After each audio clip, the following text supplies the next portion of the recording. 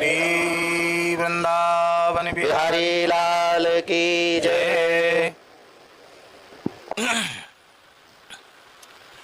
बहुत सुंदर बात जिज्ञासा के रूप में प्रस्तुत की गई है कि हम गृहस्थाश्रम में रहकर भगवान की प्रसन्नता, संतों की प्रसन्नता, गुरुजनों की प्रसन्नता कैसे प्राप्त करें,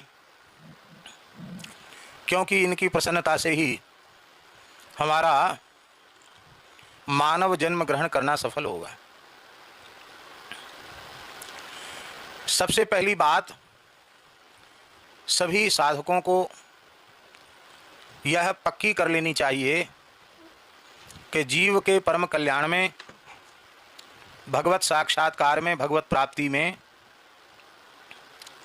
न तो कोई वर्ण बाधक है और ना ही कोई आश्रम बाधक है। यहाँ इधर दो।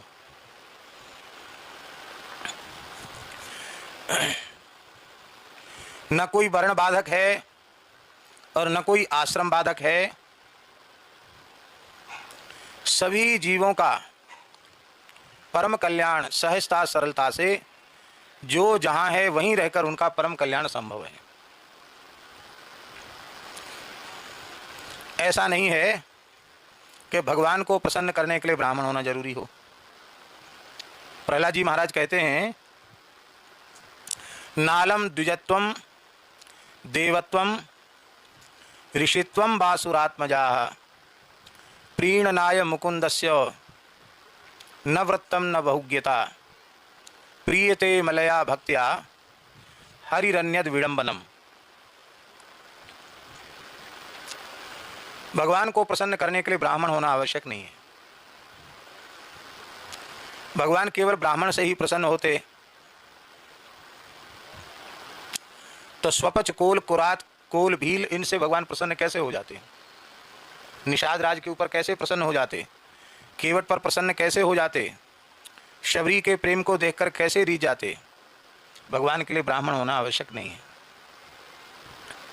तो देवता होना जरूरी होगा।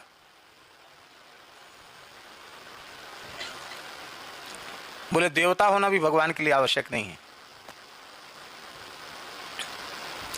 देवराज इंद्र पर भगवान रुष्ट हो गए और कितने पुराणों में ऐसे प्रसंग हैं कि असुरों पर भगवान प्रसन्न हो गए। कृष्णावतार में 3 बार इंद्र पर रोष किया भगवान ने। खांडोवन के दाह के समय इंद्र पर रोष किया, गोवर्धन धारण के समय इंद्र पर रोष किया और पारिजात हरण के समय इंद्र पर रोष किया। यदि देवता होने से ही प्रसन्न होते तो देवराज था, उस पर नाराज क्यों हुए? उसको भगवान ने दंडित और अनुशासित क्यों किया? और भगवान देवराज पर प्रसन्न नहीं है, पर असुर राज वृत्तासुर के ऊपर भगवान प्रसन्न है। वो असुर है, देव संस्कृति का विरोधी है। ऐरावत हाथी के सहित इंद्र को पेट में निगल लिया, उसने मुख से निगल लिया, खा लिया। इंद्र को ही समाप्त करना चाहता है।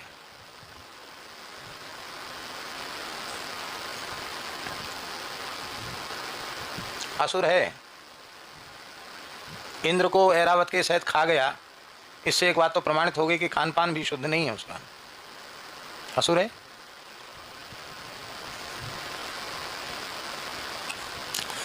पर उसकी भक्ति को देखकर देवराज इंद्र ने उसकी स्तुति की। शत्रु की स्तुति शत्रु नहीं करता, पर देवराज इंद्र ने कहा, अहो दानव सिद्धोसी यस्यते मतिरिदृषि। हे दानवराज, आप दानव नहीं, आप तो सिद्ध महात्मा हैं। आपकी बुद्धि इस प्रकार से भगवान में लगी हुई है। हम देवता होकर भी भगवान से विमुख हैं, भगवान की भक्ति से सूने हैं। आप दैत्य होकर, दानव होकर, आपने तो दानव कुल को पवित्र कर दिया। भगवान ने अर्जुन से गीता में कहा कि माम अनुस्मर युद्धे च,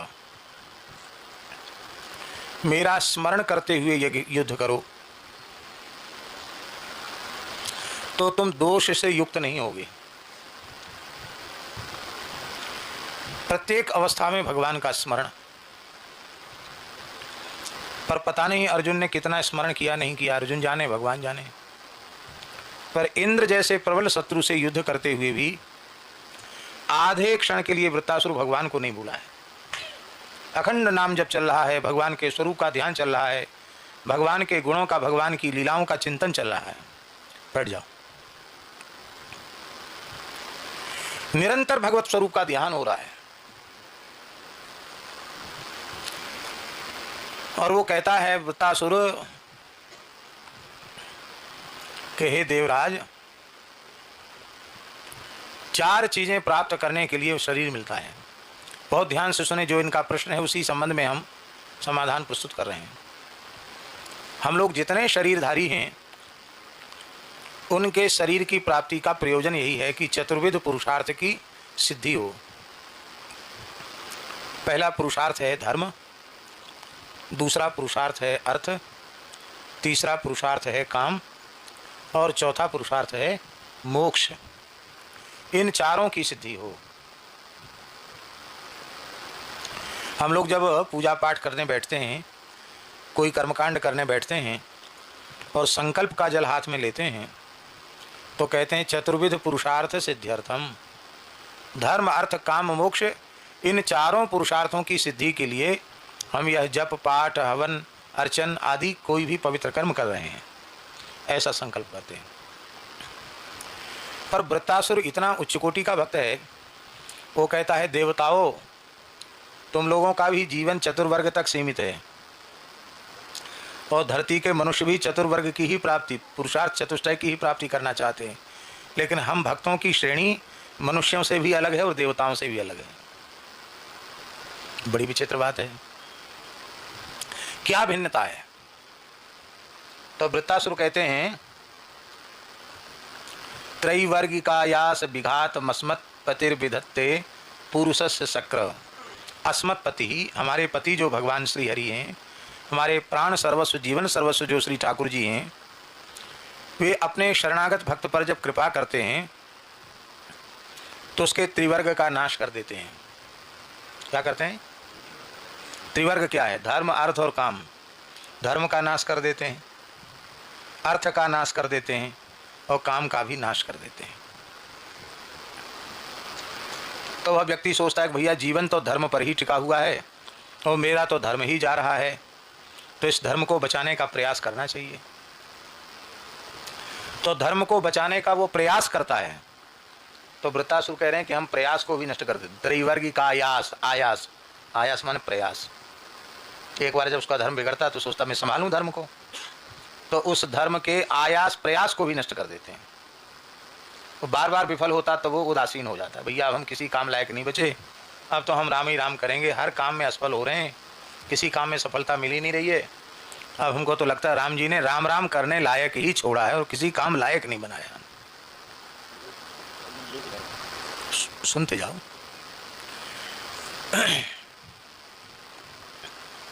अर्थ का नाश कर देते हैं।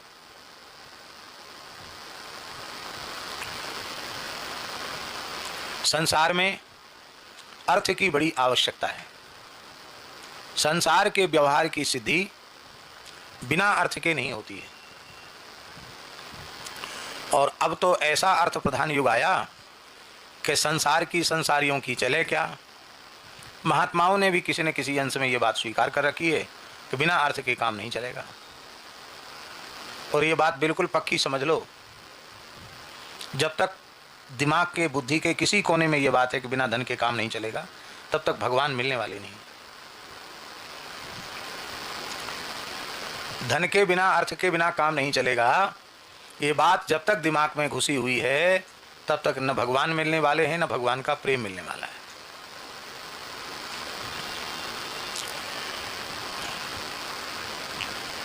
धन के बिना काम नहीं चलेगा, ये अर्थ के प्रति महत्व बुद्धि होने के कारण ऐसी बात दिमाग में आती है। जब भीतर से ये बात आ जाएगी, मीरा जी के जैसे हरि बिन ना सरेरी माई, अब बिना भगवान के काम नहीं चलेगा, तो भगवान मिलेंगे। और बिना धन के काम नहीं चलेगा, ये बात जब तक है तब तक भगवान काहे को मिलेंगे। तब किसी न किसी प्रकार से धन का संग्रह करो, झूठ बोल के, सच बोल के, दंभ करके, पाखंड करके, धर्म के नाम पर, किसी के भी नाम पर धन का संग्रह करो, फिर भगवान मिलने वाले नहीं है। तो भगवान जब ज़्यादा कृपा करते हैं तो अर्थ रूपी पुरुषार्थ का नाश कर देते। अर्थ माने केवल रुपया पैसा नहीं होता, मकान, जमीन, जायदाद, पद, प्रतिष्ठा, वैभव, ये सब अर्थ के ही क्षेत्र में आते हैं। इसीलिए भगवान का भजन करने से लोग डरते हैं कि कहीं ये वाली कृपा हमारे ऊपर न कर दें। इसलिए ठाकुर जी से लोग डरते हैं। भगवान खुद कह रहे हैं, तस्मात् प्रायेण नहीं आढ्याः माम भजन्ति सुमध्य में। रुक्मिणी जी से भगवान श्री कृष्ण कह रहे हैं कि प्रायः धनी मानी लोग इसलिए मेरा भजन नहीं करते हैं कि उन्हें डर लगता है कहीं धन छीनने वाली कृपा मेरे ऊपर न कर दें। पर यह प्रेम का पथ है, इसमें बड़ी निर्भीकता से चलना है। जाति जाए, धर्म जाए, कर्म जाए, पद जाए, प्रतिष्ठा जाए, परिवार जाए, लोक जाए, परलोक जाए, पर श्री ठाकुर जी के नाम की स्मृति न जाए। सर्वस्व प्रेम की बलिवेदी पर अर्पित करके तब आगे बढ़ना है। शीश तो पहले ही काट के रख देना, तब इस पथ पर आगे बढ़ना। प्रेम मिलता किसको है? कबीरदास जी का वचन है, प्रेम धरा पर उतरो, प्रेम सरगते उतरो, भूपर कीनो गौन, गली गली खोजत परे, बिन सिर को धड़ कौन। जो बिना सिर का धड़ है वो कोई हो, उसे प्रेम मिलेगा। जिसने संपूर्ण समर्पण कर दिया है उसको प्रेम मिलेगा। तो अर्थ की ये स्थिति है। भगवान कहते हैं मैं अर्थ का भी नाश। वृत्तासुर कहते हैं कि मेरे स्वामी जब ज़्यादा कृपा करते हैं तो धर्म का नाश करते हैं, धर्म को बचाने का प्रयास करता है उसका भी नाश कर देते हैं, अर्थ का नाश कर देते हैं। तो सोचता है बिना अर्थ के तो संसार में काम चलेगा नहीं, तो प्रयत्न करता है अर्थ प्राप्ति का, उसके प्रयत्न का भी नाश कर देते हैं। फिर किसी सहयोगी के पास जाता है कि इनसे हमको कुछ सहयोग मिल जाए, हम आगे बढ़ जाएं। और भगवान संसार में उसको आगे बढ़ना नहीं देना चाहते हैं, भगवान अपने चरणों की ओर खींचना चाहते हैं। तो जो उनके मित्र, इष्ट मित्र हैं, सहयोगी हैं, उन पर विपत्ति डाल देते हैं। वो हाथ जोड़ लेता, बोले भाई देखो तुम जिस दिन हमारे घर आए ना उसी दिन हमको इतने लाख का घाटा हो गया, हमारा भारी नुकसान हो गया, खबरदार आइंदा मेरी देहली पर पैर मत रखना। हमारी तुम्हारी दोस्ती जरूर थी लेकिन अब हमारी तुम्हारी दोस्ती नहीं है, लेना एक न देना दो, बस दूर दूर से ही राम राम है, जय श्री कृष्ण दूर से है। तो बंधु बांधवों से, मित्रों से भी मैं पृथक करा देता हूँ, माने अब कहीं से कुछ सहयोग मिलेगा इसकी भी संभावना समाप्त हो जाती है। काम का नाश कर देता हूँ। काम माने कामना, इच्छा। कामनाएं, इच्छाएं ही जीव को संस्कृति के चक्र में डालने वाली हैं। कामनाएं, इच्छाएं थी तो जन्म हुआ, कामनाएं, इच्छाएं रह जाएंगी तो फिर जन्म होगा। जन्म के संस्कृति के चक्र में, जन्म मृत्यु के चक्र में हमारी कामनाओं ने ही हमको डाला है। तब प्रश्न हुआ कि सारी कामनाओं को पूरा कर लो, कामना रहने ही मत दो, सब इच्छाएं पूरी कर लो। तो पहले ऐसे व्यक्ति को खोज के लाओ जिसकी सारी कामनाएं पूरी हो गई हो। मिलेगा? जिन कामनाओं की पूर्ति मनुष्य करना चाहता है उनमें से कौन सी ऐसी कामनाएं हैं जो हजारों लाखों बार पूरी ना हुई हो? पुत्र की कामना है तो सुअर, कुत्ता, गधा, घोड़ा बने तभी संतान हुई। स्त्री की कामना है तो उसकी भी पूर्ति हुई। धन की कामना है तो कभी राजा भी बने होंगे, खजाना होगा, किला होगा, पता नहीं क्या होगा। हो सकता कभी देवराज इंद्र के पद पर बैठे हों, क्या पता, क्या ठिकाना। एक एक चींटी बनी अगणित बार सुरेश, चींटी को इंद्र बनते देखा, इंद्र को चींटी बनते देखा। तो कौन सा ऐसा वैभव है, कौन सी ऐसी वस्तु है संसार की और परलोक की भी जो हमको असंख्यों बार प्रचुर से प्रचुर मात्रा में प्राप्त न हुई हो, फिर भी कामना की पूर्ति हुई? बोलो, कामना की पूर्ति तो हुई नहीं। तो इस देव दुर्लभ मानव जन्म को प्राप्त करके और हम अपने जीवन में कामनाओं की पूर्ति करना चाहें तो कामनाओं की पूर्ति के माध्यम से कामनाओं की पूर्ति संभव नहीं है। कामनाओं के त्याग से ही कामनाओं की पूर्ति संभव है। तो भगवान दो प्रकार से काम का नाश करते हैं। एक तो सत्संग के माध्यम से काम का नाश करते हैं। हम आपको क्या कहें, हम भी आप लोगों के जैसे सामान्य मनुष्य ही हैं। हम जब अपने पूज्य सदगुरुदेव भगवान श्री भक्तमाली जी के चरणों में आए थे तो हमारे मन में भी बहुत सी इच्छाएं कामनाएं थी। आज हम पूर्ण निष्काम हो गए हैं ऐसी घोषणा हम नहीं करते, पर यह बात हम अत्यंत विश्वासपूर्वक निवेदन कर रहे हैं कि केवल सदगुरु भगवान के चरणों में रहते रहते कोई इच्छा कोई कामना संसार की नहीं रही। किसी प्रकार से कमज़ोर नहीं थे, न पढ़ने लिखने में कमज़ोर थे, न शारीरिक बल में कमज़ोर थे। लोग कहते पढ़ाई लिखाई सफल हो जाती है, नौकरी मिल जाए। कहते संस्कृत वालों को नौकरी मुश्किल को मिलती है।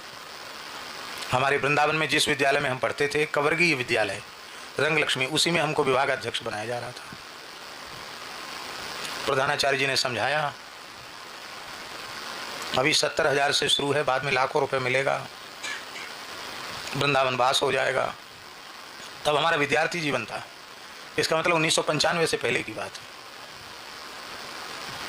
हमने कहा गुरु जी 70,000, 70 लाख, 70 करोड़ भी कोई महीने का दे तो हमको नौकरी तो करना नहीं।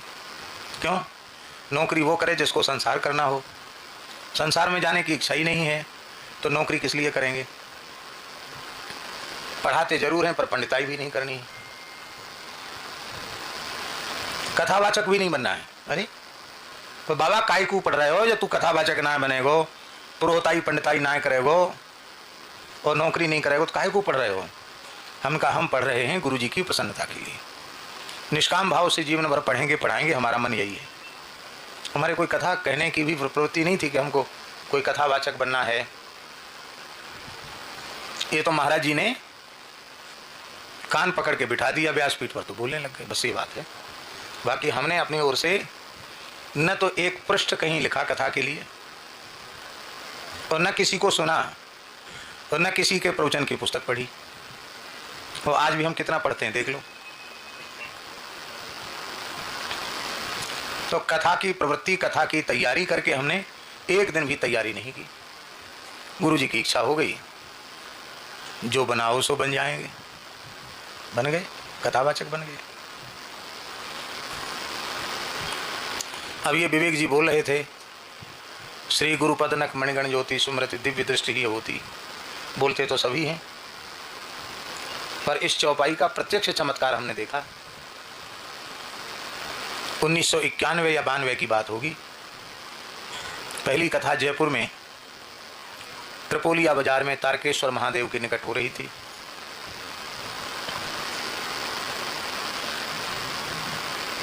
वो भी एक भयंकर प्रेत के उद्धार के लिए कथा थी। उसकी पूरा इतिहास नहीं सुनाना, बहुत विचित्र इतिहास है। हमारे साथ जो पंडित थे वो तो रो रहे थे कि कैसे भी अपने लड़के बच्चों का मुंह जाके देख लें घर में, ऐसी हालत थी। इतना प्रेतोपद्रव था वहाँ और जीवन की पहली कथा थी। पर ठाकुर जी की, गुरुदेव जी की कृपा से बहुत सफल आयोजन हुआ। तो हमने पहले दिन की बात है, 2 समय कथा होती थी, 8 घंटे कथा होती थी। संगीत तो था ही नहीं, 4 घंटे सवेरे 4 घंटे शाम को। तो मंगलाचरण हमको याद था, जन्माद्य से यथा नारायण नमस्कृत तक कर दिया। अब सब भूल गए। तो मेरे प्यारे भाइयों बहनों, लोग कहते ना श्रोताओं, क्या कहना चाहिए शुरू में, सब भूल गए, एकदम भूल गए। माघ का महीना था और एक क्षण में पसीना आ गया। अब क्या कहें, सब कुछ भूल गए। बाँच के लाइन लाइन सुनाएंगे तो सुना सकते हैं, लेकिन वो बहुत अच्छा नहीं लगेगा। तो थोड़ी देर चुप हो गए, 1.5-2 मिनट शायद चुप रहे होंगे। मंगलाचरण न जय न कुछ नहीं बोले, बस मंगलाचरण करके चुप हो गए और नेत्र बंद करके श्री गुरुपद नख मणिगण ज्योति सुमृत दिव्य दृष्टि ही होती, बस इस चौपाई का स्मरण किया, गुरुदेव के चरण कमलों का ध्यान किया। आप विश्वास करें, यह आग्रह हम आपसे नहीं करते, लेकिन हमें अनुभूति हुई कि श्री गुरुदेव की नकमणि चंद्रिका का प्रकाश भीतर हो गया, गुरुदेव आकर प्रतिष्ठित हो गए, ऐसी अनुभूति हुई। गुरुजी ने आकर प्रवेश कर लिया और वो पहली कथा थी जिसमें जयपुर के अच्छे अच्छे विद्वान लोग भी आए थे, क्योंकि जो आयोजक थे वो जयपुर के बहुत बड़े विद्वान थे, शिक्षाविद थे, डॉक्टर ताराचंद जी। वे स्वयं बहुत बड़े शिक्षाविद थे, बहुत बड़े विद्वान थे, पुस्तक प्रकाशन का उनका काम था। वो कुलपति और प्रोफेसर ऐसे लोगों को उन्होंने बुला के, संस्कृत के बड़े बड़े पंडित। पर पहली कथा ऐसी अद्भुत हुई कि लोगों ने कहा कि अभी तो रेख भी ठीक से नहीं आई है और इतना विद्वत भोग्य शैली में ये बोल रहे हैं, कोई अध्याय नहीं छोड़ा। उस समय कैसेट नहीं बनती थी, नहीं तो सप्ताह की वो सर्वोत्कृष्ट कथा थी। सुखदेव जी के आखिरी दिन तो एक आसन से 10 घंटे कथा कही, बैठ गए तो 10 घंटे बाद उठे।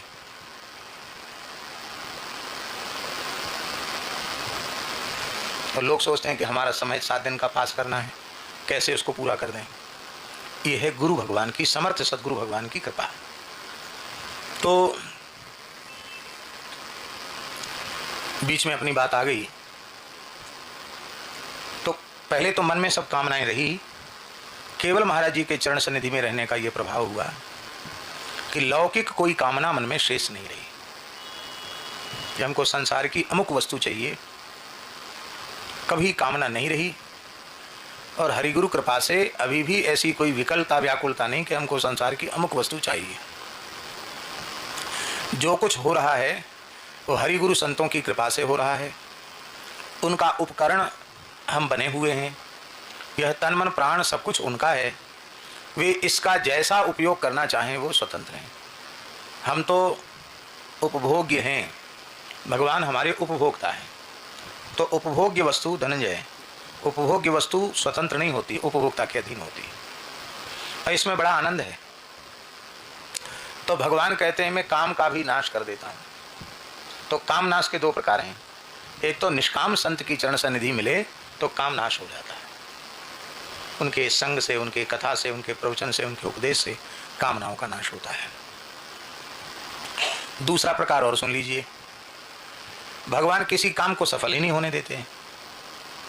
पढ़ने लगे तो पढ़ ही नहीं पाए, कमाने लगे तो कहीं खोमचे वाले की भी नौकरी नहीं लगी है, कहीं चाय के कप प्लेट धो लें ऐसी भी नौकरी कहीं नहीं लगी। तो भगवान जब और ज़्यादा कृपा करते हैं कि ऐसे सीधे सीधे मेरी ओर नहीं आना चाहता है, तो न खेती में सफल होने दें, न व्यापार में, न नौकरी में, न परिवार में। सब लोग निकल जाओ, तुम तो घर से बाहर चले जाओ, तुम्हारी घर में अब कोई ज़रूरत नहीं। ऐसी भी कृपा करके कामनाओं का नाश करते हैं। हमारे वृंदावन के एक सिद्ध संत थे, गोरेदाऊ के श्री महंत परम पूज्य श्री वैष्णव दास जी महाराज, जो बटाला भी आए हुए हैं अपने संतों की जमात के सहित। अद्भुत महापुरुष थे, वैश्य कुल का शरीर था उनका। तो उनके प्रवचन में हमने सुना, वो कहते थे हमने गुड़ का काम किया, भगवान ने घाटा कराया, उबर नहीं पाए। कपड़े का काम किया, घाटा कराया। गले का काम किया, घाटा कराया। दुकान करी, उसमें घाटा लग गया। कर्ज देने की स्थिति में नहीं रहे, जैसे तैसे बेच बाच के कर्ज चुकाया। घर के लोग टूट पड़े, बोले तुम किसी लायक नहीं, तुम जाओ वृंदावन। बोले हमारे सब काम ठाकुर जी ने कृपा करके नहीं बनने दिए, हर काम में मुझे असफल बनाया। और जब यहाँ संतों की शरण में आया तो बोले अब तो खर्चे न खूटे, चोर नहीं लूटे, दिन दिन बढ़त सवायो। बोले अब बिल्कुल घाटा नहीं है, कोई घाटा नहीं है। कहते पहले दलाली करते थे, उसमें भी घाटा हो गया। अब तो हम ठाकुर जी की दलाली करते हैं, संतों की दलाली करते हैं, और अब हमको किसी प्रकार का कोई घाटा, पद पद पर मुनाफा है। विनय पत्रिका में गोस्वामी जी ने कहा, रोटी लूगा नीके राखे, आगे हु की बेद भाके, अन्न वस्त्र की कमी नहीं होने दूंगा, और परलोक में भी हमारा ठेका है, तुम मेरे नित्य धाम में ही आओगे, तुमको इधर उधर भटकना नहीं पड़ेगा। तो काम का नाश 2 प्रकार से, समझ गए ना।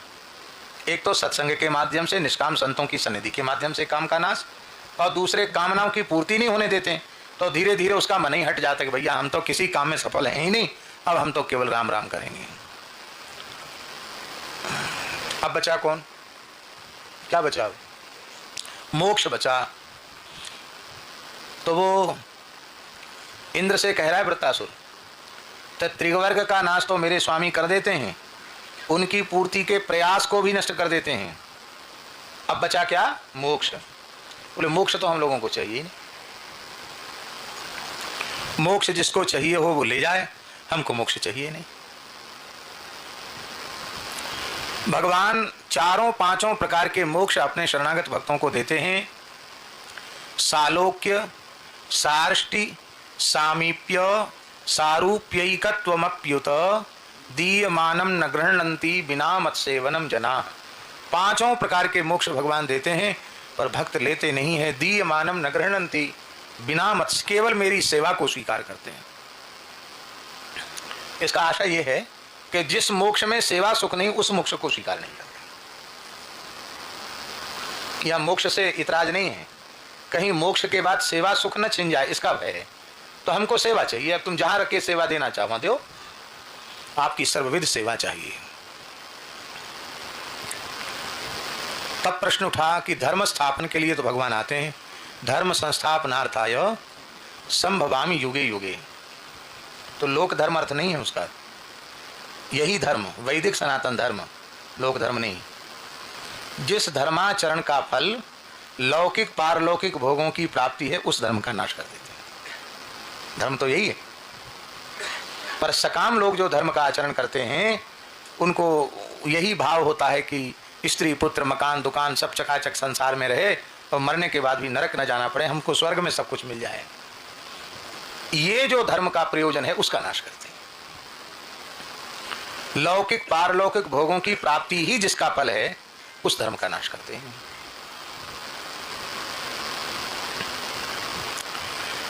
अर्थ का नाश करते हैं। किस अर्थ का नाश करते हैं? जो हमारी बुद्धि को अनर्थों की ओर ले जाता है, उस अर्थ का नाश करते हैं। क्या? हमारी बुद्धि को जो अनर्थों की ओर ले जाता है, उस अर्थ का नाश करते हैं। एते पंचदशानर्थाः, 15 प्रकार के अनर्थ धन में हैं। कितने प्रकार के? एक साथ 15 दोष अपने जीवन में बुलाना हो तो धन प्राप्ति की इच्छा कर लो, 15 दोष बिना बुलाए आ जाएंगे। आप लोग कहेंगे मान लो भगवान ने हमको धन दिया है तो, और धन दिया तो रोड पे तो फेंकोगे नहीं। बोलो क्या करोगे? धन दिया तो, संपन्नता भगवान ने दी है तो क्या करोगे? संपन्नता भी बनी रहे और हम दोषों से भी बच जाएं, इसका क्या साधन है? इसका साधन है क्या? इसका साधन है कि धन को अपना न मानना। धन के दोष से बचने का साधन क्या है? पराया भी नहीं मानना, अपना भी नहीं मानना। संपत्ति सब रघुपति के आही। पराया मानोगे तो भी दुरुपयोग करोगे। धन के दोषों से बचने का एक ही साधन है, इसे अपना न मानना। तब पराया मानो, पराया भी मत मानो। पराया मानने से क्या होता है कि पराई वस्तु का लोग दुरुपयोग करते हैं। हमने रेल में देखा कि रेल में जो कपड़े वपड़े मिलते हैं, उनको लोग अपने घर में वैसे उपयोग नहीं करेंगे। जैसा चाय जहाँ बिछा लेंगे, पैर पोंछ देंगे, तौलिया का चाय जैसा उपयोग कर लेंगे। ये अच्छी बात नहीं है। ऐसा क्यों होता है? ऐसा इसलिए होता है कि वो समझते हैं कि हम तो टिकट में पैसा में कट गया है, और इसका आजकल की भाषा में कहेंगे रफ यूज। किसी के घर में गए, बाथरूम से निकला है, पंखा चल रहा है, लाइट जली हुई है, क्यों? हमको थोड़ी बिल भरना है, बिल तो जो जिसका घर है वो भरेगा। पर इस सब का जवाब भगवान के दरबार में देना पड़ेगा।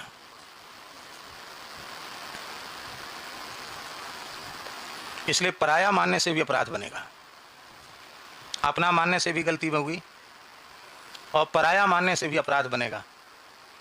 पर अपराध की निवृत्ति कैसे होगी? संपत्ति सब रघुपति के आही।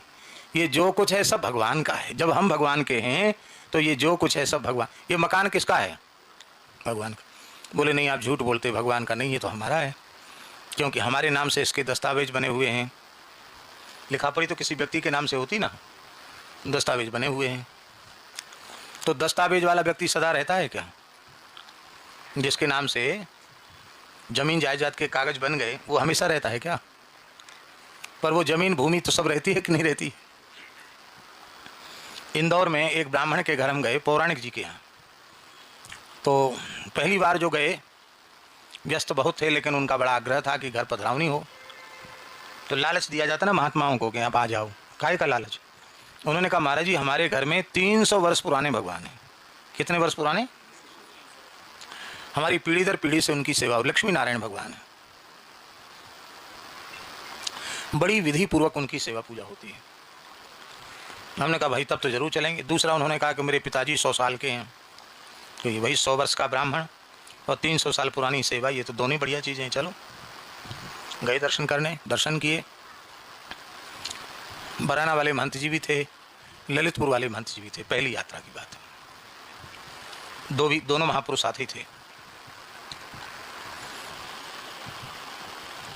रास्ते में हमारे मन में एक विचार गाड़ी में उठा। इन्होंने बताया कि 300 साल पहले इसी हमारे पुराने घर में ये ठाकुर जी आए थे। वो 300 साल पहले जो भी महापुरुष का नाम बताया, बोले हम लोग बहुत गरीब थे, इतनी गरीबी थी घर में, ब्राह्मण तो थे ही, इतनी गरीबी की इसकी चिंता थी कि कैसे गुजारा होगा, एक समय का भोजन भी कैसे मिलेगा, ऐसा। तो हमारे पूर्वज पंडित जी नर्मदा जी की परिक्रमा चले गए। वही बात है, किसी काम में सफल हुए नहीं, बोले तो भगवान से ही मिलेंगे बस, अब कुछ नहीं चाहिए। तो भगवान की प्राप्ति के लिए कि ठाकुर जी से कहेंगे आप ब्रह्मण्य देव हो, हम भूखे क्यों मर रहे हैं, तो नाम जप करते हुए उन्होंने भगवत साक्षात्कार के भाव से नर्मदा जी की परिक्रमा आरंभ की। और कहते ओंकारेश्वर में जैसी परिक्रमा पूरी हुई, एक बहुत वृद्ध संत आए, उनकी सफ़ेद दाढ़ी थी, सफ़ेद जटाएँ थीं, गौरवर्ण था, दुर्बल शरीर था। बोले देखो पंडित जी आप भगवान की प्राप्ति के लिए परिक्रमा की है ना, हम आपको भगवान देने आए।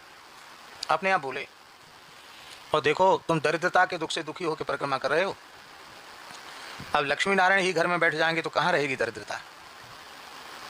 ये लक्ष्मी जी के सहित नारायण हैं, अब घर में तुम्हारी दरिद्रता नहीं रहेगी, बस इनकी विधि पूर्वक पूजा करते रहना। अरे बोले महाराज हम क्या इनको भोग लगाएंगे, हमारे पास तो व्यवस्था ही नहीं। अरे बोले सब हो जाएगी, तुम ले तो जाओ इनको, तुम इनकी क्या व्यवस्था करोगे, यही तुम्हारी व्यवस्था करेंगे। तो ठाकुर जी आ गए। बोले तब से आज तक घर में न कोई भूखा पैदा हुआ, न कोई मूर्ख पैदा हुआ, सब बड़े बड़े अधिकारी ऑफिसर, रुपया पैसा किसी वस्तु की कमी नहीं है, अपार कृपा है लक्ष्मी नारायण की। तो हमारे मन में ये बात आई कि घर के मालिक कौन? एक ही घर में ठाकुर जी 300 साल से बैठे हैं, तो 300 वर्ष में कितने लोग पैदा हुए होंगे, कितने लोग मरे होंगे? लिखा पढ़ी तो उनके नाम होगी जो मूल पुरुष थे, फिर पीढ़ी दर पीढ़ी क्या कहते हैं उसको, संपत्ति का जो अधिकार प्राप्त होता है, उत्तराधिकार। तो उत्तराधिकार परंपरा से चली आई संपत्ति। तो जो आने जाने वाले हैं वो तो हैं मुसाफिर, और जो स्थायी रहने वाले हैं वही है मालिक। मालिक कौन है? अब बोलो, अब बताओ, अब दस्तावेज वाला मालिक है कि ठाकुर जी मालिक हैं? बोलो, ये घर किसका है? ठाकुर जी का। और हम किसके हैं? ठाकुर जी के हैं। ये सब कुछ किसका है? ठाकुर जी का। ये भाव, इस भाव से रहने पर कोई बंधन नहीं है। ये जितनी सुविधा है ना, ये इनके लिए इकट्ठी की गई है। अब इनके हम हैं तो प्रसादी रूप में हम भी उसका उपयोग कर लेते हैं। पर तब ये नहीं चलेगा कि कहो कि घर ठाकुर जी का है और ठाकुर जी को 4 चनौरी रख दो भोग के लिए, 2 मिश्री रख दो, और फिर कहो कि ये घर ठाकुर जी का है, अपने एसी पंखा में रखो और ठाकुर जी को रसोई घर में या किसी कोने में रख दो कि वहाँ ठाकुर जी को चाहे गर्मी लगे चाहे। एक सज्जन बोले महाराज हमने तो रसोई घर में इसलिए भगवान को रखा है कि आप कहते बिना भोग लगाए नहीं पाना चाहिए, उसके कह दिया कि सब बनता रहे, आप खुशबू लेते रहो, भोग लगाते रहो तो सब प्रसादी हो जाएगा। ये चतुराई नहीं चलेगी। ये घर ठाकुर जी का है, यहाँ प्रत्येक सुविधा ठाकुर जी के लिए है। मलुक पीठ में गर्मी तो सब जगह होती है, एक बार बहुत भयंकर गर्मी थी, तो सबने आग्रह कि हमको लू लग गई, तो सबने आग्रह किया कि आपके कमरे में एसी लग जाए तो अच्छा है। तब सब जगह एसी लगने की परंपरा नहीं थी, अब तो बिना एसी के काम ही नहीं चल रहा है। तो हमने कहा कि पहले मलू पीठ के ठाकुर जी को एसी लग जाएगा, उसके बाद हमारे कमरे में लग सकता। बोले नहीं, आपको लू लग गई है, भगवान तो नीचे में, उनको तो गर्म सर्दी, उनको तो ठंडक रहती है। पुराना हाँ नहीं, नई में लगी ना, नई में, हाँ नई में तो नया मंदिर है। तो बोले नीचे मंजिल पे, उसमें तो ठंडक है, कूलर से भी काम चल जाता। मैंने काम नहीं, काम हमारा भी कूलर से चला है भाई। मालिक तो मलू पीठ बिहारिणी बिहारी जी हैं, उनको एसी नहीं लगेगा और हमको एसी लगा। हम ठाकुर जी से ज़्यादा सुकुमार हो गए, तब हम झूठ बोलते हैं कि स्थान ठाकुर जी का है। प्रत्येक सर्वोत्तम व्यवस्था के उपभोक्ता ठाकुर जी हैं, उनके प्रसाद रूप में हमें उसका उपयोग करना है। संपत्ति सब रघुपति के, ये सब कुछ भगवान का है। आजकल सभी सरकारें, प्रदेश की सरकारें और देश की सरकारें, सभी देशों की सरकारें कुछ न कुछ वित्तीय घाटा दिखाते हैं। एक परंपरा है घाटा दिखाने की, और श्वेत पत्र जारी कर देते हैं। राम जी 14 वर्ष का वनवास पूर्ण करके आए और भरत जी ने राज्य का लेखा जोखा राम जी के चरणों में प्रस्तुत किया। तो वाल्मीकि रामायण में लिखा है, ठीक है, कि श्री भरत जी ने कहा कि हे भगवान, जो राज्य कोष आप छोड़ के गए थे वह आपकी कृपा से 10 गुना अधिक हो गया। कितना? जो भी संपत्ति आप छोड़ के गए थे वह 10 गुनी से भी अधिक हो चुकी है। अब इस गुरुतर भार को ढोने में मैं समर्थ नहीं हूँ, आप इसे स्वीकार कर लो। कहाँ तो हम लोग घाटे पे घाटा दिखाते हैं और भरत जी दिन भर भजन करते हैं, लेकिन ये संपत्ति राम जी की है, इसमें घाटा नहीं होना चाहिए। तो उन्होंने कितनी कुशलता से उसको आगे बढ़ाया। लूट खसोट के बढ़ाया क्या? किसी को पीड़ित करके, टैक्स वसूल करके बढ़ाया क्या? ये भावना प्रेरित करके बढ़ाया कि ये जो कुछ भी है सब रघुनाथ जी का है, हमारा तुम्हारा नहीं है। इसका दुरुपयोग नहीं होना चाहिए, इसमें कमी नहीं आनी चाहिए, इसमें वृद्धि होनी चाहिए, इसमें घाटा नहीं होना चाहिए। ये इसलिए संपत्ति को अपना मानने में भी दोष है और पराये मानने पर तो दोष है। पराये मानने पर उसका दुरुपयोग करोगे। पर्दा से ही पोंछ दोगे कपड़ा, हाथ पोंछ लोगे, क्यों? हमारा पर्दा थोड़ी है, तो जिसके घर में रुके उसका पर्दा है, उसका इसका नहीं है, सब भगवान का है। इसलिए किसी भी वस्तु का दुरुपयोग नहीं है, पानी का, बिजली का, पंखे का, किसी चीज़ का दुरुपयोग। हाँ, अपने बैठेंगे ठाकुर जी के मंदिर में तो एसी चलाएंगे, अपने निकल गए तो एसी बंद कर दिया, ये गलत है।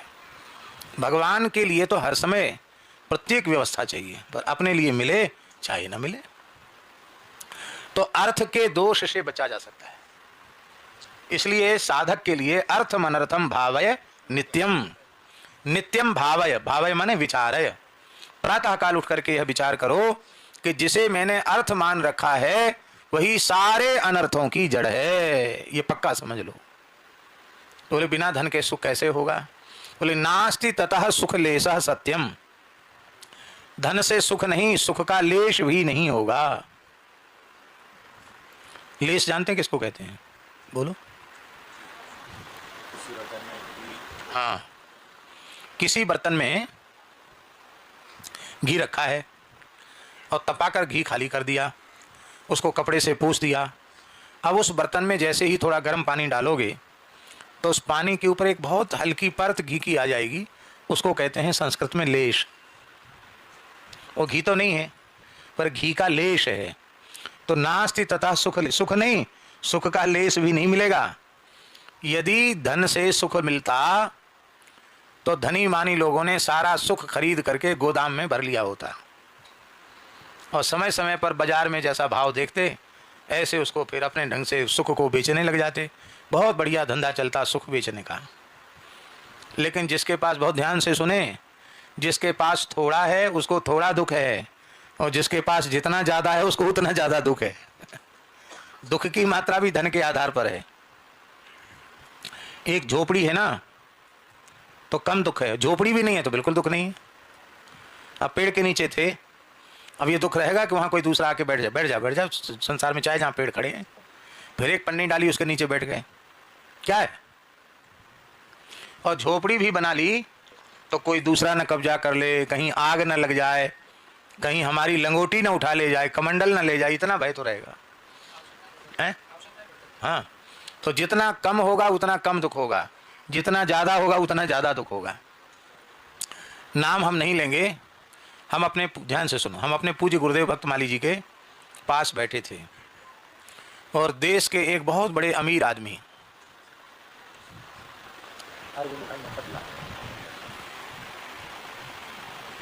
जिनका कपड़ा पूरी दुनिया में जाता है, हैं? वे एक देश के बड़े उद्योगपति हमारे पूज्य गुरुदेव भक्तमाली जी के चरणों बैठे थे और अपने घर का दुख रो रहे थे। तो हमने कहा महाराज जी से कि महाराज जी बेचारे बहुत दुखी थे। महाराज जी बोले, हाँ, दुखी सुखी सब अपने ढंग से होते रहते हैं, ये सामान्य व्यक्ति नहीं है, ये अमुक हैं।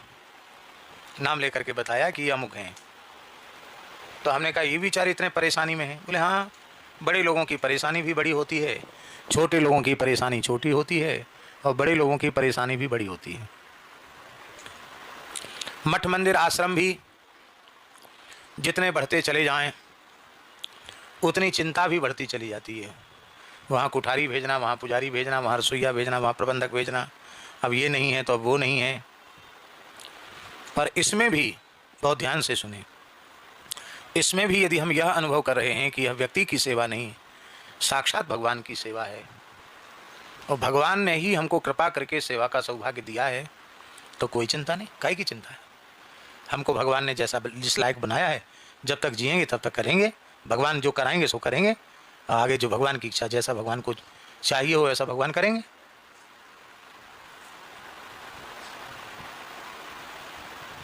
भगवान ने हमें अंगीकार किया है और हमारी बात वे जिसको अंगीकार करेंगे वो करेंगे। कोई हम माथे पे लाद के ले जाएंगे ना माथे पे धर के ले आएंगे। हाँ, इतना अपना निश्चय है कि भगवान की किसी वस्तु का अपने शरीर से कभी दुरुपयोग नहीं करेंगे। भगवत द्रव्य को न संसार में देंगे, न घर परिवार में देंगे, न किसी अनुचित जगह पर देंगे। भगवान की वस्तु पूरी पूरी भगवान की सेवा में ही लगाएंगे। भगवान की कृपा से हमको एक पैसे का व्यसन नहीं है कि हमको अमुक चीज़ तो चाहिए ही खाने के लिए। रुग्ण होने पर औषधियाँ भी फ्री मिल जाती हैं, दवाइयाँ भी खरीदनी नहीं पड़ती, दवाइयाँ भी फ्री मिल जाती हैं। बोलो मिलती कि नहीं मिलती? और कपड़े भी जितना पहन नहीं सकते उससे ज़्यादा कपड़े मिल जाते हैं। भोजन तो खूब मिलता है, भोजन की तो कोई कमी है ही नहीं। तो अब हमको धन की क्या आवश्यकता है? बोलो, हमारी आवश्यकताओं की सारी पूर्ति भगवान कर रहे हैं, हमको क्या आवश्यकता है? अब जो भी आया है या आ रहा है वह केवल भगवत सेवा के लिए है, गौ माता की सेवा के लिए है, संतों की सेवा के लिए है, और उसका निजी हमारे लिए कोई उपयोग नहीं है। ऐसी भावना यदि हमारे मन में होगी तो हम उसके दोष से बच जाएंगे। तब समझ में आई बात? ना अपना समझना, ना पराया समझना, ये सब भगवान का है। तो अर्थ के दोष से बच जाएंगे। तो धर्म का रहस्य समझ गए। लौकिक पारलौकिक भोगों की प्राप्ति में जिसका फल पर्यवसित होने वाला है, उस धर्म का नाश, उस वृत्ति का नाश, जहां अर्थ को हम अपना मानते हैं या पराया मानते हैं। तब हमारा धन क्या है? हमारो धन राधा श्री राधा श्री राधा, हमारो धन राधा श्री, परम धन राधा राधा राधा राधा राधा, परम धन राधा राधा राधा राधा राधा, जीवन धन राधा श्री राधा श्री राधा, जीवन धन राधा श्री राधा श्री राधा, प्राण धन राधा श्री राधा श्री राधा, प्राण धन राधा श्री राधा श्री राधा। पायो जी मैंने राम रतन धन पायो, पायो जी मैंने राम रतन धन पायो, वस्तु अमोलक दी मेरे सतगुरु, वस्तु अमोलक दी मेरे सतगुरु, कृपा करी अपनायो, कृपा करी अपनायो, पायो जी मैंने राम रतन धन पायो, पायो जी मैंने राम रतन धन पायो, खर्चे न कूटे चोर नहीं लूटे, खर्च न कूटे चोर न लूटे, दिन दिन बढ़त सवायो, दिन दिन बढ़त सवायो, सत की नाव केवटिया सतगुरु सत की नाव, केवटिया सतगुरु भव सागर तरियायो, भव सागर तरियायो। पायो जी में तो राम रतन धन, पायो जी में तो राम रतन धन पायो। मीरा के प्रभु गिरिधर नागर, मीरा के प्रभु गिरिधर नागर, हरसी हरसी जस गायो, हरसी हरसी जस गायो। पायो जी में तो राम रतन धन पायो, पायो जी में तो राम रतन धन पायो। श्री वृंदावन वन बिहारी लाल की जय। अब रहा कौन सा? काम। काम के नाश की बात आपको बताई दी, मोक्ष की बात आपको बताई दी।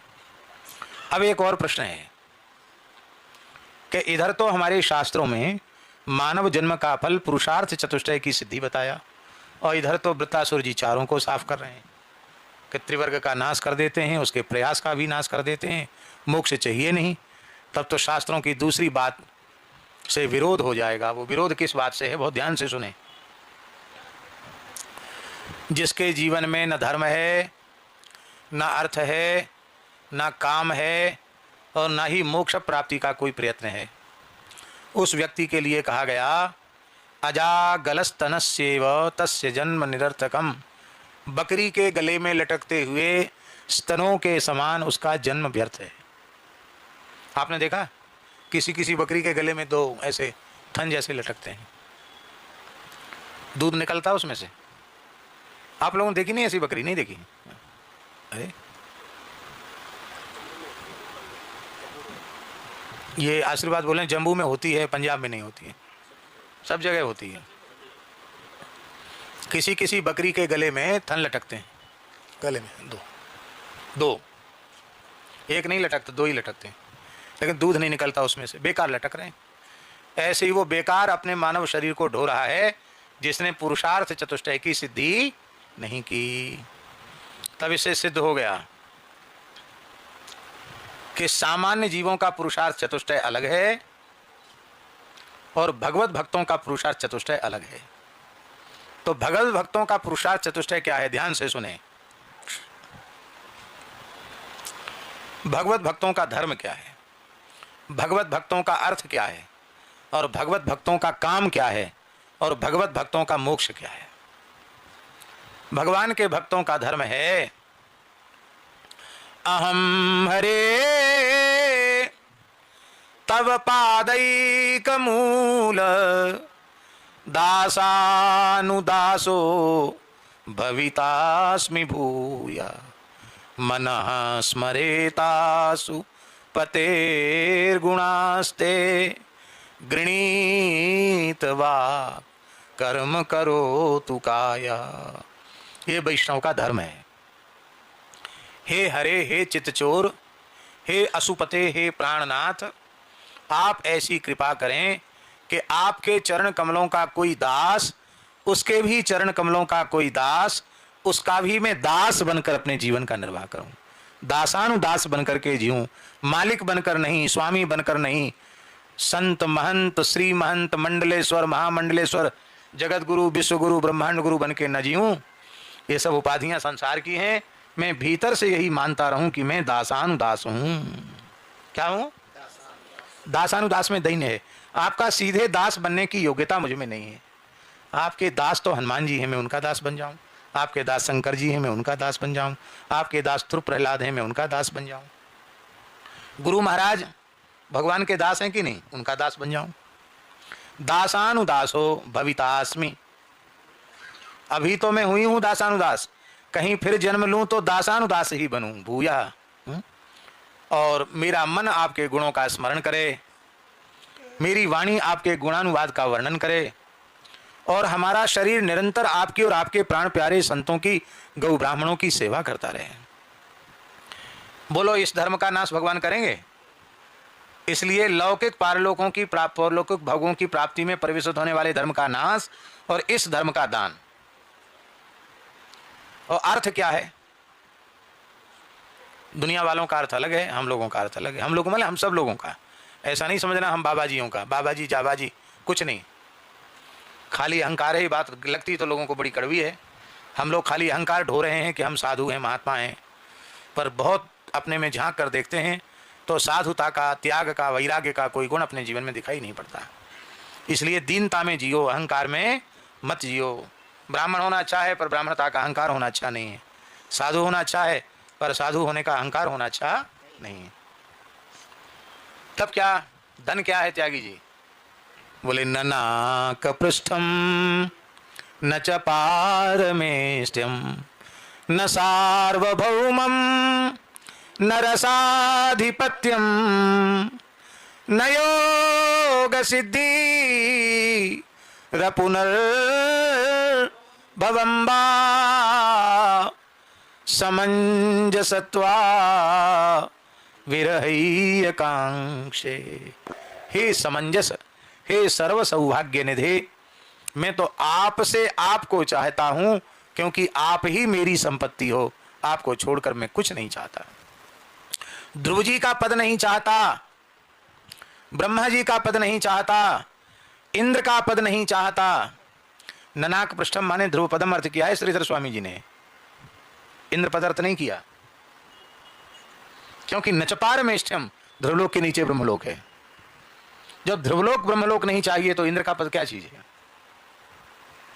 चक्रवर्ती सम्राट का पद भी नहीं चाहिए, रसातल का राज्य नहीं चाहिए, योग की सिद्धियां नहीं चाहिए, भोग नहीं चाहिए, योग नहीं चाहिए, मोक्ष नहीं चाहिए। हम तो आपसे आपको मांगते हैं, आप चाहिए, हमको कुछ नहीं चाहिए। न धर्म चाहिए, न अर्थ चाहिए, न काम चाहिए, न मोक्ष चाहिए। न धर्म चाहिए, न अर्थ चाहिए, न काम चाहिए, न मोक्ष चाहिए। तब क्या चाहिए? भक्ति चाहिए, प्रेम चाहिए, भक्ति चाहिए, प्रेम चाहिए, भक्ति चाहिए, प्रेम चाहिए, भक्ति चाहिए, प्रेम चाहिए। दर्शन तुम्हारा सदा चाहिए, दर्शन तुम्हारा सदा चाहिए, दर्शन तुम्हारा सदा चाहिए, दर्शन तुम्हारा सदा चाहिए। न ज्ञान चाहिए, न योग चाहिए, ज्ञान चाहिए, न योग चाहिए, न मोक्ष चाहिए, न भोग चाहिए। न भोग चाहिए, न भोग चाहिए। प्रेम चाहिए, भक्ति चाहिए, प्रेम प्रेम चाहिए, भक्ति चाहिए, दर्शन तुम्हारा सदा चाहिए, दर्शन तुम्हारा सदा चाहिए। हे नाथ, हम तो आपसे आपको चाहते हैं। मीरा जी क्या कह रही है? श्याम माने चाकर राखो, मुझे अपना सेवक बना लो। चाकरी में दर्शन पाऊं, सुमिरन पाऊं खर्ची, प्रेम भगति जागीरी पाऊं, तीनों बाता सरसी। श्याम माने चाकर, केवल सेवा चाहिए, आपका स्मरण चाहिए और कुछ नहीं चाहिए। अब काम क्या है? वैष्णव का काम। वैष्णव का काम माने कामना एक ही है, हे नाथ मैं व्याकुल हृदय से तुम्हें पुकारूं। क्या? मैं व्याकुल हृदय से तुम्हें पुकारूं। एक सत्य घटना है। एक राजस्थान की माता जी थी, बड़ी अच्छी साधिका थी। स्वामी शरणानंद जी से उन्होंने मांगा कि मुझे मेरे राम जी का दर्शन हो जाए। शरणानंद जी ने कहा कि तुम्हारे जैसे प्रेमियों को दर्शन नहीं देंगे तो राम जी किसको देंगे दर्शन? हो जाएगा दर्शन। संत के वचन को भगवान ने पूरा कर दिया। श्री राम, लक्ष्मण, जानकी जी उनके सामने प्रकट हो गए, माता जी के सामने। सत्य घटना है। भगवान ने कहा वरदान मांग लो। बोले आप अंतर्धान हो जाओ। क्यों? कहते अब समझ में आया, आपको व्याकुल हृदय से पुकारने में जितना आनंद है उतना आनंद आप सामने खड़े हो उसमें नहीं है। आपकी प्रतीक्षा में, आपकी व्याकुलता में सुख बहुत ज्यादा है। आनंद अधिक है। ये काम अजात पक्षा इव मातरम खगा स्तन्यम यथा वत्सतराक्षुधार्ता प्रियम प्रियेव व्युषितम विषण्णा मनोरविंदाक्ष दिदीक्षते त्वाम। हे अरविंदाक्ष, हे कमल नयन, हम आपकी प्राप्ति के लिए व्याकुल हृदय से आपका स्मरण करें। उस पक्षी के जैसे, जिस पक्षी के अभी पंख नहीं उगे हैं, वह अपनी माँ के लिए चाहक रहा है, पुकार रहा है, ऐसे मैं आपको पुकारूं। उस बछड़े ने जिसने अभी दूध पीना ही सीखा है, चारा चरना नहीं सीखा है, दाना खाना नहीं सीखा है, उस बछड़े के समान मैं आपकी व्याकुल हृदय से प्रतीक्षा करूं। और वह पतिव्रता नारी जो निरंतर अपने पति का ध्यान करती है, चिंतन करती है, पति कहीं परदेश गए हैं, ऐसे पतिव्रता नारी की तरह मैं निरंतर आपका प्रेम पूर्वक व्याकुल हृदय से स्मरण करता रहूं। यही आप कृपा करके मुझे दीजिए। और मोक्ष क्या है? अब क्या रहा? मोक्ष क्या है? इसी का नाम मोक्ष है जो हम लोग ले रहे हैं। संतों के बीच में बैठकर भगवत भागवत चर्चा सुनना, ये मरने के बाद मुक्ति नहीं, ये जीवन मुक्ति है। ये क्या है? हमारे भारतवर्ष के एक महान संत परम पूज्य प्रातः स्मरणीय गुरुदेव श्री आचार्य कृपाशंकर जी, वे कहते थे, मैं दावे के साथ कह सकता हूं कि किसी को मरने के बाद मोक्ष मिलेगा कि नहीं, मुझे जीते जी मिल गया। कैसे?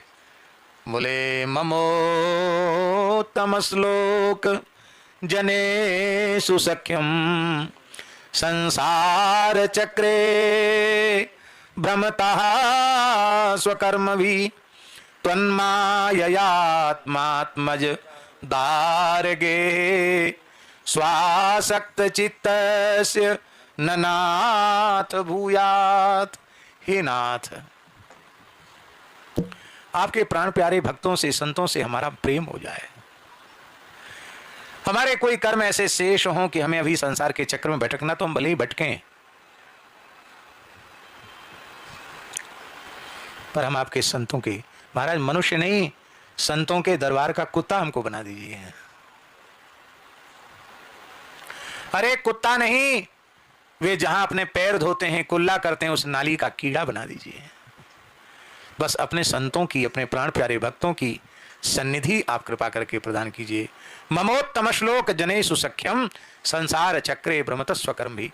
आपकी माया के वसीभूत होकर के तन माये आत्मात मजदार गे है, घर मकान दुकान शरीर संसार को ही सब कुछ माने बैठे हैं, आपसे विमुख हैं, सत्संग से विमुख हैं, संतों से विमुख हैं।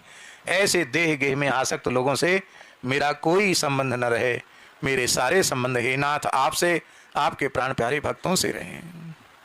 इसी का नाम है मोक्ष। तो आप देखो, भगवान को प्रसन्न करने के लिए ब्राह्मण होना जरूरी हुआ, भगवान को प्रसन्न करने के लिए देवता होना जरूरी हुआ। असुर के ऊपर भगवान जितने प्रसन्न हैं, देवराज इंद्र के ऊपर उतने प्रसन्न नहीं है। ऋषि होना जरूरी नहीं है, ऋषियों पर प्रसन्न नहीं हुए दंडकारण्य के, सबरी भीलनी के ऊपर प्रसन्न हो गए। नवरत्तम, चरित्रवान होना चाहिए मनुष्य को, चरित्र उसकी सबसे बड़ी संपत्ति है। पर भगवान ने चरित्रवान का ठेका नहीं ले रखा है कि चरित्रवान चरित्र के बल से कोई भगवान को प्राप्त कर लेगा। बेश्या का कौन सा उत्तम चरित्र होता है? पर जीवंती नाम की बेश्या को भगवान मिल गए, गणिका को भगवान मिल गए हैं, पिंगला नाम की बेश्या तो थी, उसको भगवान मिले कि नहीं मिले? न वृत्तम न बहुज्ञता, बहुत शास्त्रों का ज्ञान हो जाए, बहुत विद्वान हो जाओगे तो भगवान मिल जाएंगे? नहीं मिलेंगे। तमाम बिना पढ़े लिखे लोगों को भगवान मिल गए। श्री गोकुल भवन वाले परमन जी महाराज की यह घटना है। वो अयोध्या जी में बैठे थे, गोकुल भवन के पास में ही है वशिष्ठ कुंड। तो एक महात्मा आए बूढ़े से, और एकदम अवधूत जैसे थे, एक कमंडल था उनके, एक गुदड़ी ओढ़े थे, और उन्होंने वशिष्ठ कुंड में स्नान किया। स्नान करके तिलक स्वरूप लगाया और बस अपने गुदड़ी में ही जीव बना रखी थी, उसमें मानस जी की पोथी थी। तो रामचरितमानस का गुटका निकाला, गुदड़ी पर रखा, तुलसी दल चढ़ाया, और बस उसी एक झोली से तो इतना सा गुड़ निकाला, और हथेली पर गुड़ रख के तुलसी रख के जय हो रघुनाथ जी रोते हुए भगवान से प्रार्थना की। रामचरितमानस में से राम जी निकले, लक्ष्मण जी निकली, जानकी जी निकली, हनुमान जी निकले, उसी गुदड़ी पर बैठ गए। महात्मा की हथेली पर रखे हुए गुड़ को तोड़ तोड़ के खाने लगे। खा लिए गुड़, थोड़ा सा प्रसादी उनके लिए छोड़ दिए। महात्मा ने गुड़ खा लिया, प्रसादी हाथ धोए, भगवान का अपने हाथ में जल लेके सबका मुंह पोछा, सबको मुंह धुलाया। और धुलाने के बाद कहा महाराज अब विश्राम करो। तो सब भगवान उसी मानसी की पोथी में घुस गए। उन्होंने आश्चर्य हुआ कि रोज भगवान तो ऐसे बड़े बड़े ऋषियों को बुलाने से नहीं आते, योगियों के ध्यान में नहीं आते, ये महात्मा ने बुलाया और ठाकुर जी गुड़ खा के चले गए। बड़ी चमत्कृति है। महात्मा से पूछा तो महात्मा ने कहा हमारे गुरुजी ने कहा। हमने कहा गुरुजी हम पढ़े लिखे नहीं हैं, क्या करें? बोले कोई बात नहीं, पढ़ने की ज़रूरत नहीं है, सीताराम सीताराम कहो, सबसे ऊंची पढ़ाई सीताराम सीताराम है, इससे ऊंची कोई पढ़ाई नहीं है। और देखो ये रामचरितमानस है ना, इसमें भगवान रहते हैं, इसको रखो, ये रामायण है, राम जी का घर है, जब बुलाओगे तब राम जी आ जाएंगे, बस प्रेम से निश्चल निष्कपट भाव से सीताराम सीताराम करो। तो हमने तब से गुरु जी की बात मान के रख लिया, जब बुलाते हैं भगवान आ जाते हैं, इसी में घुस जाते हैं, इसी में से निकल पड़ते हैं। एक उनकी कृति है परमन जी को, उसका नाम है अपार संग्रह। क्या नाम है? बिना पढ़े लिखे लोगों को भगवान मिले। तो बहुज्ञता, बहुत पोथी के पंडित बनने से भी कोई फायदा, पुस्तकी ज्ञान से कोई लाभ नहीं है। पेट तो भर जाएगा, भगवान नहीं मिलेंगे। तब भगवान कैसे प्रसन्न होते हैं? प्रीयते मलया भक्त्या हरिरन्यत विडंबनम। अमलया भक्त्या, तो दो भक्ति हुई, एक मल भक्ति एक अमल भक्ति। भक्ति के बदले कुछ चाहिए तो वो मल भक्ति है, और भक्ति के बदले भक्ति ही चाहिए, भगवत सेवा ही चाहिए, और न लोक की कोई वस्तु चाहिए न परलोक में चाहिए, वो निर्मल भक्ति है, निष्काम भक्ति। भगवान निष्काम भक्ति से प्रसन्न हो जाते हैं, बाकी तो सब भगवान के लिए विडंबना मात्र है। तो भैया चाहे ब्राह्मण हो, क्षत्रिय हो, वैश्य हो, शूद्र हो, स्त्री हो, पुरुष हो, ब्रह्मचारी हो, गृहस्थ हो, वानप्रस्थी हो, सन्यासी हो, किसी वर्ण किसी आश्रम में रह करके भगवान से निष्काम प्रेम करो। खूब कथा सुनो, खूब कीर्तन करो, खूब नाम जप करो। भगवान ने व्यापार दिया है तो व्यापार करो, हैं? भगवान ने खेती दी है तो खेती करो, भगवान ने नौकरी चाकरी दी है तो वो करो, पर ये भगवान का कार्य है ऐसा मान कर करो। भगवान के काम में घाटा नहीं होना चाहिए ऐसा मान के करो। फिर देखो सब कुछ घर में रह के ही सब कुछ मिल जाएगा। एक श्लोक कहकर बात को पूरी कर देता हूँ। गृहे स्वाविशताम चापि पुंसाम कुशल कर्मणाम मद वार्ता यात यामानाम न बंधाय गृहा मता। कहाँ का श्लोक है? बोलो, तुम बोलो कहाँ का श्लोक? चतुर्थ स्कंद का तो है, पर शिव जी नहीं कह रहे हैं, प्रचेताओं से भगवान श्री नारायण स्वयं कह रहे हैं। जिन लोगों ने गृहस्थ आश्रम में, एक तो पाठ नहीं करते तुम लोग भागवत जी का, कुछ नहीं, मोबाइल देखने से फुर्सत मिले तब ना पाठ करो। पाठ कम से कम 3 अध्याय भागवत का पाठ नित्य करो। हम जोर दे के इसलिए हम खुद ही नहीं कर पा रहे हैं इस समय, तो हम क्या कहें, पर बिना पाठ किए हमको हरिगुरु संतों की कृपा से सैकड़ों की संख्या में श्लोक याद है, जिनको कभी एक श्लोक याद नहीं किया अब तक। जहां जिस प्रसंग का जहां का श्लोक है अपने आप स्मृति में आ जाता है। पाठ करो भाई, भागवत ग्रंथ की कृपा पाठ करने से प्राप्त होगी। जिन लोगों ने गृहस्थ आश्रम में प्रवेश किया है और गृहस्थोचित धर्म का निर्वाह भी करते हैं, पर अपने जीवन के व्यस्त समय में से थोड़ा सा समय भगवान नाम जप के लिए, भगवत चरित्र श्रवण के लिए, कीर्तन के लिए, कथा के लिए निकाल लेते हैं, तो उनका गृहस्थाश्रम बंधन कारक नहीं है। अब देखो ये भी तो घर है कि नहीं, पर कथा कीर्तन हो रहा है, इतने संत आए हैं, इतने वैष्णव घर में पधारे हैं, सबकी चरणरज यहाँ पड़ी है। ऐसे ही घर को कहते धन्यो गृहस्थाश्रम, ऐसा गृहस्थाश्रम धन्य है। आप सबका परम कल्याण हो। हम गृहस्थाश्रम में रहकर नाम जप करते हुए, भगवान की सेवा करते हुए, सब कुछ भगवान का है, हम भगवान के हैं, ऐसा मान कर निर्वाह करते हुए अपने मानव जन्म को सफल बनाएं। हरिशरणम हरिशरणम हरिशरणम। सिय पिय प्यारी अवध बिहारी, सिय पिय प्यारी अवध बिहारी,